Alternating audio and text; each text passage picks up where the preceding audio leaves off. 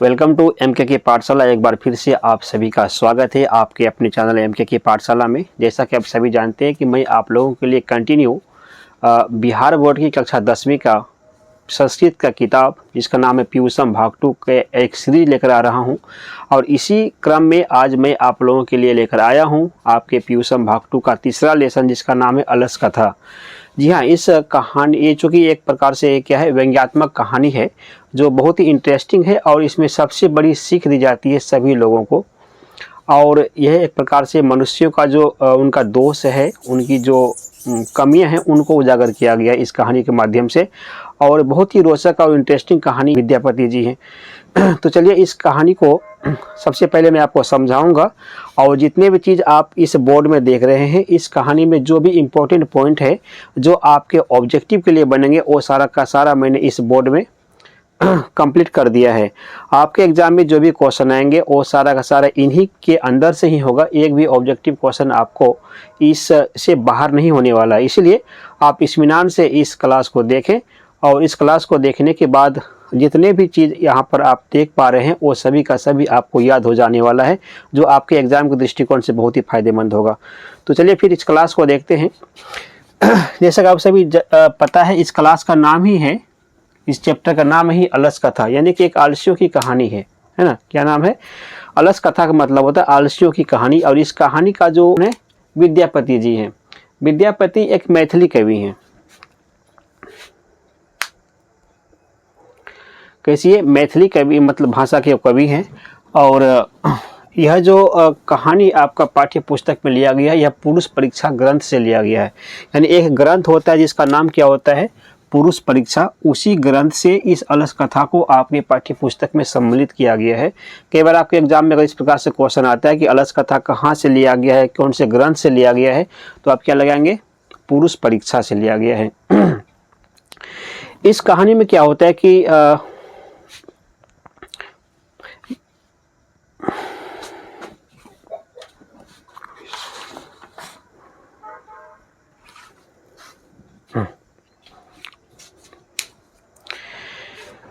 इस कहानी में होता कुछ इस प्रकार से कि मिथिला में एक राजा होता है और वह राजा बहुत ही दयावान, कारुणिक और धर्मात्मा और दानशील होता है। उस राजा का नाम होता है वीरेश्वर, है ना। उस राजा की खासियत था कि वह हर भूखों का भोजन करवाते थे, हर ज़रूरतमंदों को वह सहायता करते थे। इसी क्रम में उन्होंने एक आयोजन किया था कि हम एक प्रकार से एक बहुत ही बड़ा भंडारा करेंगे और हमारे समाज में या फिर कोई भी व्यक्ति भूखा ना रहे, इसलिए उन्होंने बहुत ही बड़ा आयोजन किया था, है ना। इस आयोजन में बहुत सारे व्यक्ति आते थे। सबसे पहले शुरुआत में ऐसे व्यक्ति वहाँ पर आते थे जो ज़रूरतमंद हो, जिनको वाकई में इस प्रकार की सहायता की ज़रूरत हो, वो व्यक्ति आते थे, भंडारा में अपना भोजन ग्रहण करते थे और उनके जीवन से संबंधित जो भी आवश्यकताएं होती थी वो राजा के द्वारा पूरा किया जाता था। इसी चीज़ को देख कर के जब बातें कुछ दूर तक फैलती चली गई तो कुछ ऐसे लोगों के भी कानों में ये बात पहुँचा जो धूर्त थे, है ना। यानी कि ज़रूरतमंदों के लोगों के साथ साथ बहुत सारे धूर्त लोग, बहुत सारे कामचोर लोग, जिनको कि इस प्रकार की आवश्यकता नहीं भी होती थी, लेकिन फ्री का देखने के बाद हर सब कोई के मनों में एक प्रकार से जो लालच उत्पन्न होता है, उसी के कारण बहुत सारे लोग उस भंडारे में शामिल होने लगे और भोजन ग्रहण करने लगे। ये सभी चीज़ों को देखते हुए जो भी राजपुरुष थे, राजा के दरबार में जो भी लोग सब थे, उनको लगा कि हमारे यहाँ थोड़ा सा लागत ज़्यादा बढ़ रहा है। स्वाभाविक सी बात है कि जब अधिक मात्रा में लोग भोजन ग्रहण करने के लिए आएंगे तो खर्च तो बढ़ेगा ही। तो बहुत सारा खर्च ज़्यादा बढ़ने लगा। तो वहाँ के जो मंत्री लोग थे उनके मनों में एक ख्याल आया कि क्यों ना हम एक प्रकार से कुछ टेस्ट किया जाए और इस टेस्ट के द्वारा यह रिजल्ट निकलेगा कि जो भी ऐसे लोग होंगे जिनको वाकई में इस प्रकार की सहायता की ज़रूरत है, केवल वही लोग हमारे इस कैंपस में रहेंगे और उनको हम मदद कर पाएंगे। क्योंकि इतना सारा जब लोग आ पा रहे हैं तो हम स्वाभाविक सी बात है उतने लोगों को आवश्यकताओं को पूरा करना हमारे लिए भी कुछ कठिनाई भरी काम हो रहा है। तो उन्होंने क्या दिमाग लगाया कि जो व्यक्ति भंडारा करते थे, ग्रहण करते थे और वहीं पे रहते थे, उसी क्रम में जब सारा व्यक्ति सो रहे थे तो वहाँ के मंत्रियों ने यानी कि कर्मचारियों ने एक प्लानिंग किया कि चलो हम किस प्रकार से पहचान करते हैं कि रियल में कौन सा कामचोर है और किन को हमें भोजन ग्रहण करवाना चाहिए और किन को सहायता करवानी चाहिए। इसके लिए उन्होंने क्या किया, जो भी अलसशाला था, मतलब जिस रूम में जिस कमरे में आलसी लोग रहते थे उन कमरों में क्या किया कि ये जो कर्मचारी लोग थे उसमें आग लगा दिया। अब आग जैसे ही लगा चारों तरफ पूरा भगदड़ मच गया, सभी लोग भागने लगे। लेकिन इन आलसियों में 4 ऐसे आलसी बच गए जो आग को देखने के बाद भी भागना उचित नहीं समझा और वह उसी रूम में आराम से सोया हुआ था, किसी भी प्रकार की कोई चिंता नहीं। तो जब सारा आग आग आग हल्ला कर रहे थे तो उनमें से यानी कि वो चारों आलसियों में से एक आलसी ने बोला कि अरे एक कैसा हल्ला हो रहा है, मतलब एक कैसा कोलाहल है ना, क्या हो रहा है। तो उनमें से दूसरे जो आलसी थे उन्होंने कहा कि लग रहा है कि आग लग गया है ना, क्या लग रहा है कि आग लग चुका है। तब तीसरे यह बात सुन करके बोलता है कि क्या यहाँ पर कोई ऐसे धर्मात्मा या व्यक्ति नहीं है जो कि कम्बल को पानी में भिगाकर हमारे ऊपर लपेट दे जिससे हम आग से बच सके। यह सभी बातें सुनते सुनते जो चौथा आलसी थे वो काफ़ी मतलब कि चिड़चिड़ा सा हो गया और उन्होंने बोला कि क्या गपक करो, क्या तुम बकबक सिर्फ कर रहे हो, चुपचाप सो जाओ, है ना। ये जो कथन था चौथा आलसी का था। तो ये चारों आलसी का चारों कथन आप अच्छा तरीका से याद रखेंगे, क्योंकि एग्जाम में जो है एक कथन पूछे जाते हैं कि कौन से कथन जो है कौन से आलसी के द्वारा कहा गया था। तो मैं एक बार फिर से आपको रिकॉल करवा देता हूँ। ये जो पहला आलसी था उनका कहना था कि एक कैसा हल्ला हो रहा है ना। दूसरे आलसी ने कहा कि लगता है कि आग लग गया है। और तीसरे ने कहा कि क्या यहाँ पर कोई ऐसे धर्मात्मा व्यक्ति नहीं है जो किसी कंबल की सहायता से हो या फिर पानी से हम लोगों के ऊपर डाल दे जिससे हम बच सकें। और चौथे आलसी ने कहा कि हल्ला क्यों तुम लोग कर रहे हो, चुपचाप रहो। एक कथन किनका था, चौथे आलसी का था, है ना। तो यह सब जो घटना घट रहा था तो पास में जो कर्मचारी लोग थे वह सारा कंडीशन सारा रवैया देख रहे थे इन चारों का कि ये क्या करते हैं। तो आखिरकार उनको लगा कि अगर इनको और कुछ समय तक छोड़ दिया जाए तो निश्चित तौर पर यह आग में जल करके मर जाएगा। तो अनंततः उन्होंने आया और चारों आलसियों को केस पकड़कर घसीटते हुए उन अलसतला से बाहर निकाला। और यहाँ पर इन जो है विद्वानों को लगा कि जिस प्रकार की स्त्री की गति बोला जाए तो उनका रक्षा करना, उनको जीवन में आगे बढ़ाना की जिम्मेदारी किनके पास होती है, पति के पास होती है। और जिस प्रकार से बच्चों की गति यानी बच्चों की जो रक्षा होती है किसके द्वारा, माता के द्वारा होती है। उसी प्रकार से जो भी आलसी होते हैं, जो कामचोर होते हैं, है ना, उनकी गति मतलब उनकी जो रक्षा होता है किसके द्वारा संभव हो पाएगा, दयावानों के द्वारा ही संभव होता है। अगर दुनिया में दयावान नहीं रहेंगे तो बहुत सारे ऐसे आलसी होंगे या फिर बहुत सारे ऐसे ज़रूरतमंद लोग होंगे जिसका जीवन संकट में पड़ सकता है ना। ऐसा कवि का कहना है। अब आगे आते हैं, इसमें जो भी इस चैप्टर में मुख्य बातें हैं उस पर मैं आपसे डिस्कस कर लेता हूँ ताकि एग्ज़ाम के लिए आपका सारा ऑब्जेक्टिव तैयार हो सके। तो यहाँ पर जैसे आप देख पा रहे हैं कि अलस कथा जो कहाँ से लिया गया है, तो पुरुष परीक्षा नामक ग्रंथ से लिया गया है। इस चीज़ को आप याद रखेंगे कि अलस कथा कहाँ से लिया गया है, तो पुरुष परीक्षा ग्रंथ से लिया गया है। अलस कथा पाठ में मानव के दोष पर व्यंग्य किया गया है। मानव का दोष बोले तो जो उसकी खराबियाँ हैं, जो उनकी बुराइयाँ हैं, इस पर थोड़ा व्यंग्य कसते हुए इस कहानी को बनाया गया है। उसके बाद है नीतिकार आलस्य को क्या मानते हैं, शत्रु मानते हैं। शत्रु तनी मनी नहीं, बहुत ही बड़ा शत्रु मानते हैं। कौन, नीतिकार। उनका कहना है कि मनुष्य का जो सबसे बड़ा शत्रु होता है उनका आलसीपन होता है, लेजीपन होता है ना। आगे देखते हैं कि वीरेश्वर मिथिला के मंत्री थे। तो वीरेश्वर कहाँ के मंत्री थे, मिथिला के मंत्री थे।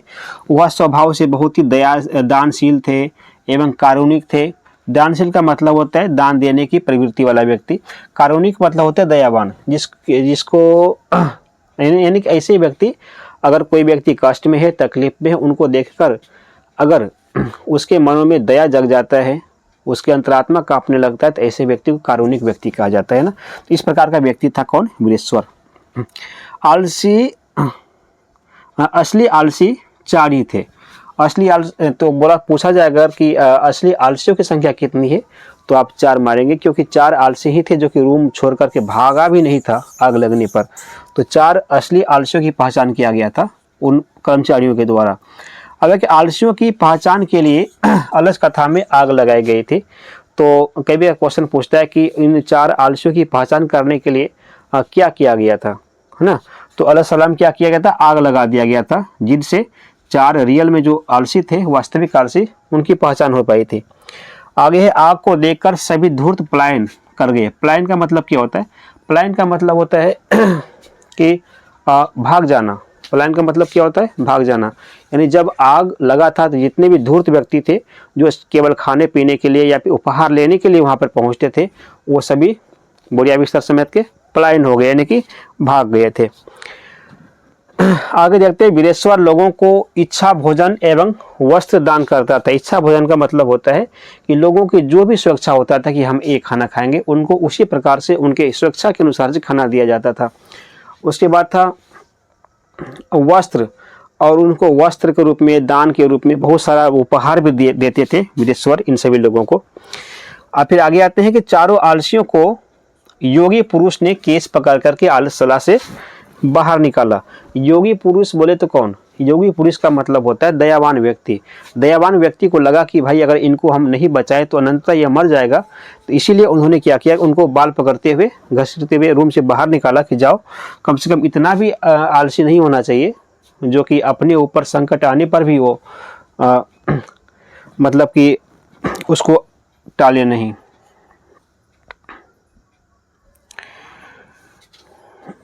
फिर यहाँ पर एक शब्द लिखा गया है, जिस प्रकार बालक की गति स्त्री, स्त्री मतलब क्या बोला जाए, स्त्री रहने दो, सिर्फ माँ से होती, माँ के बिना संभव नहीं है, नहीं है।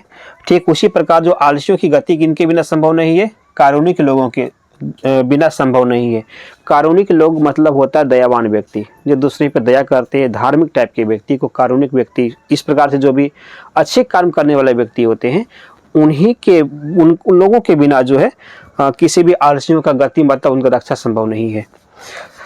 अब आते हैं, अये वचालः कति वचनानि वक्तुम शक्नुतः, किस आलसी की युक्ति है? इसका मतलब यही हुआ कि अरे वचाल का मतलब होता है गपक करो, कति वचनानि मतलब क्यों तुम इतना हल्ला कर रहे हो। यह कथन किसका था, है ना? अभी मैंने आपको बताया था कि अरे गप करो, क्यों हल्ला कर रहे हो। यह जो कथन किनका था? तो चौथे आलसी का था, जिन्होंने बोला था कि हल्ला मत करो, चुपचाप रहो, है ना। तो वही वाला बात यहाँ में संस्कृत में लिखा गया है। तो हल्का सा आपको इसका मीनिंग पकड़ना है बातों को। अरे वचाल कति वचनानी के, अरे गप करो, क्यों इतना बोलते हो, शांत रहो, है ना। ये तो चौथे का था, तो यहाँ पर मारेंगे चतुर्थ आलसी का ये कथन था।